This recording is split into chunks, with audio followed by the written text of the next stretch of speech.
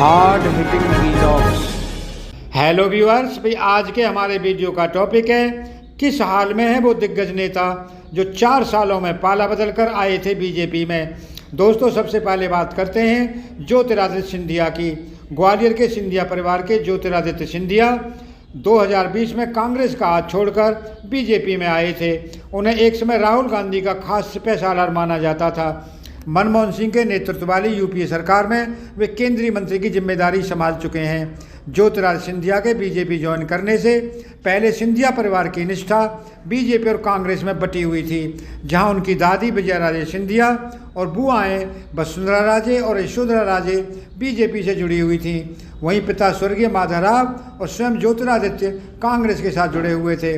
ज्योतिरादित्य के अपने समर्थक विधायकों के साथ बीजेपी में जुड़ने से जहां मध्य प्रदेश में कमलनाथ की कांग्रेस सरकार के स्थान पर शिवराज सिंह के नेतृत्व वाली सरकार की वापसी का मार्ग प्रशस्त हुआ, वहीं राज्य में पार्टी को भी मजबूती मिली।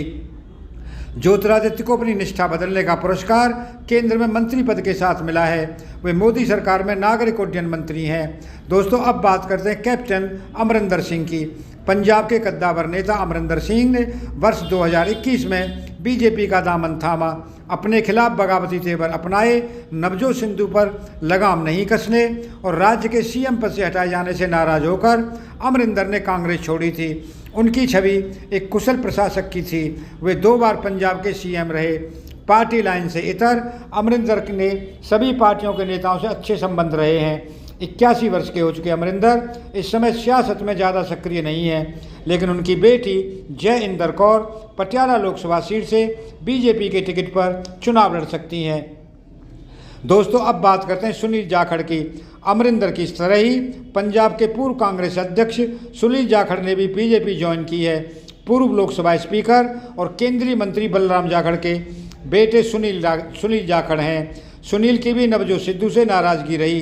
वे पंजाब विधानसभा चुनाव में सिद्धू को ज़्यादा तरजीह दिए जाने से कांग्रेस नेतृत्व से खफा थे।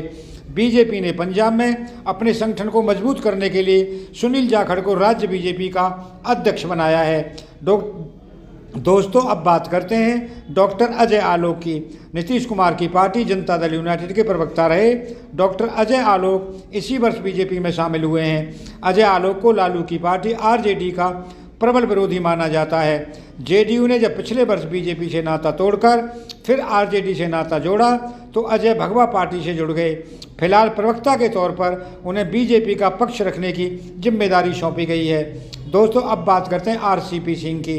एक समय जेडीयू नेता और बिहार के सीएम नीतीश कुमार के राइट हैंड रामचंद्र प्रसाद सिंह यानी कि आरसीपी सिंह इसी वर्ष बीजेपी से नाता जोड़ चुके हैं। जेडीयू जब एनडीए का हिस्सा था तो आरसीपी इसी सरकार में इस्पात मंत्री का पद संभाल रहे थे। वे नीतीश ने जब एक और कार्यकाल के लिए आरसीपी सिंह का टिकट काटा तो उन्होंने बगावती तेवर अख्तियार कर लिए। लोकसभा चुनाव से पहले बिहार में आरसीपी को कोई अहम रोल नहीं दिया जा सकता है। दोस्तों, भारती पवार एनसीपी की महाराष्ट्र इकाई की उपाध्यक्ष भारती पवार ने लोकसभा चुनाव 2019 से ठीक पहले बीजेपी का दामन थामा था। बीजेपी ने उन्हें डिंडोरी सीट से टिकट दिया, जिसमें वे जीत हासिल करने में सफल रहीं।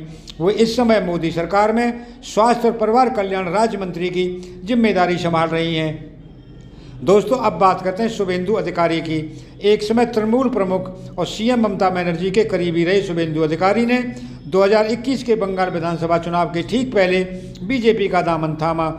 यही नहीं, उन्होंने नंदीग्राम सीट पर बीजेपी टिकट पर चुनाव लड़ते हुए ममता दीदी को पराजित करके चर्चा भी बटोरी थी। इस समय शुभेंदु पश्चिम बंगाल विधानसभा में नेता प्रतिपक्ष हैं। दोस्तों, अब बात करते हैं आरपीएन सिंह की। आबादी के लिहाज से देश के सबसे बड़े राज्य यूपी से सांसद और केंद्रीय मंत्री रह चुके आरपीएन सिंह ने पिछले साल कांग्रेस छोड़ बीजेपी ज्वाइन की थी। आरपीएन के पिता स्वर्गीय सीपीएन सिंह इंदिरा गांधी के नेतृत्व वाली केंद्र सरकार में मंत्री रह चुके हैं और आरपीएन मनमोहन सिंह के नेतृत्व वाली यूपीए सरकार में मंत्री रह चुके हैं। आरपीएन के परिवार का कुशीनगर जिले में काफ़ी प्रभाव है। पडरौना के कुंवर साहब आरपीएन को यूपी की किसी सीट से लोकसभा टिकट मिलने की संभावना है। दोस्तों अब बात करते हैं जितिन प्रसाद की। कांग्रेस के कद्दावर नेता स्वर्गीय जितेंद्र प्रसाद के बेटे और पूर्व केंद्रीय मंत्री जितिन प्रसाद ने भी पिछले वर्ष कांग्रेस से निष्ठा बदलकर बीजेपी में एंट्री मारी है। जातिगत समीकरणों वाले राज्य यूपी का प्रमुख ब्राह्मण चेहरा माने जाने वाले जितिन के परिवार का शाहजहांपुर, लखीमपुर तथा सीतापुर में काफ़ी प्रभाव है। वो इस समय यूपी की योगी आदित्यनाथ सरकार में पीडब्ल्यूडी मंत्री हैं। दोस्तों अगर आपको ये वीडियो पसंद आया हो तो चैनल को सब्सक्राइब करें, वीडियो को लाइक करें, ज़्यादा से ज़्यादा शेयर करें। आप लोगों का बहुत बहुत धन्यवाद। Thank you very much.